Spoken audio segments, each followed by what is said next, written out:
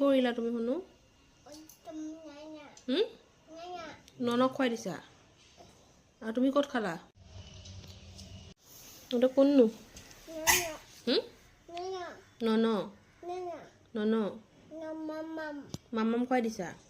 আৰু তুমি নিজে এসোপা কি কৰিলা অঁ গোটেই পেলালা যে কোনে কৰিব এতিয়া কোনে পেলালে আংকুলে পেলালে